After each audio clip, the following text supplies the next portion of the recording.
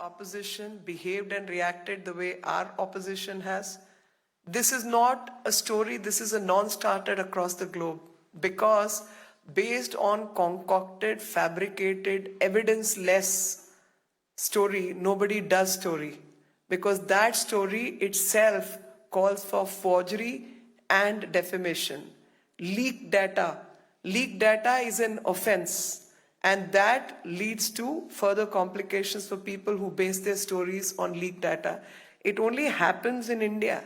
I am really shocked and surprised the way mythical characters like Darth Vader or Voldemort are created in Harry Potter. Similar conduct is being indulged in by the opposition in the parliament. Whenever something right and good is supposed to happen to the country through welfare schemes, new laws, this kind of conduct is indulged in. And yes, you must understand the chronology. The chronology is, there is something like Data Protection Act, a joint parliamentary committee, which I was chairing and was assigned, a task assigned to me by the Honorable Speaker. All the members of opposition worked on it in a most transparent manner.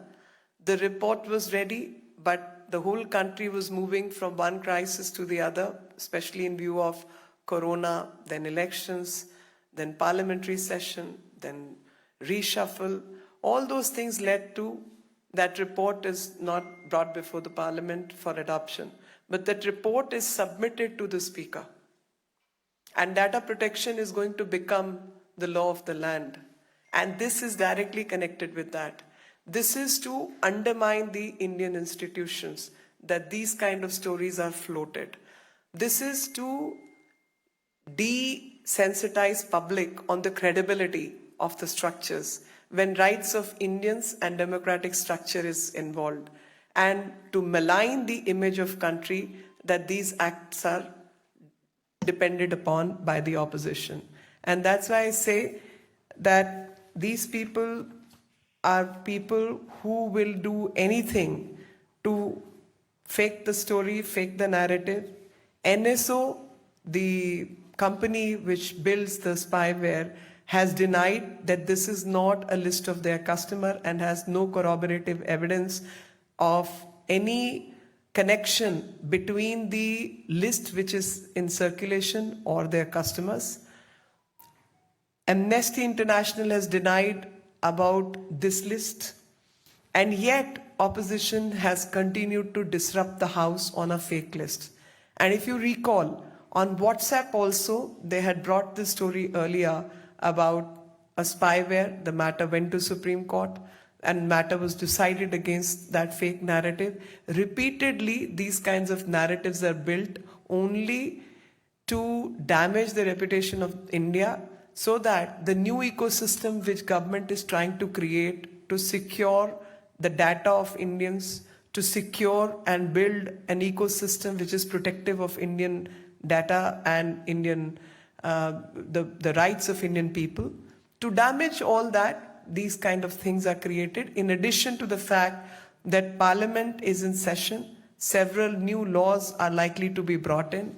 Any decent debate on corona crisis management will show the previous governments in very poor light and existing opposition state governments in very poor light. To avert all the arguments in favor of the government, this particular story, the fake story, is being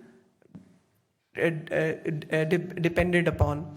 We also know that this was leaked by forbidden stories. I don't have a problem with forbidden stories, but I do have a problem when forbidden stories does not mention the word fictional stories.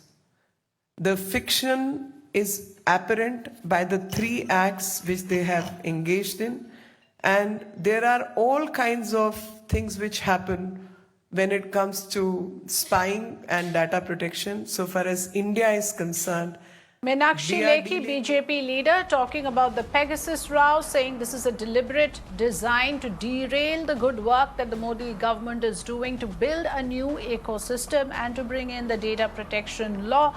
This is a deliberate design to actually thwart those good efforts of the government. That's Meenakshi Lekhi speaking to the media on the Pegasus row.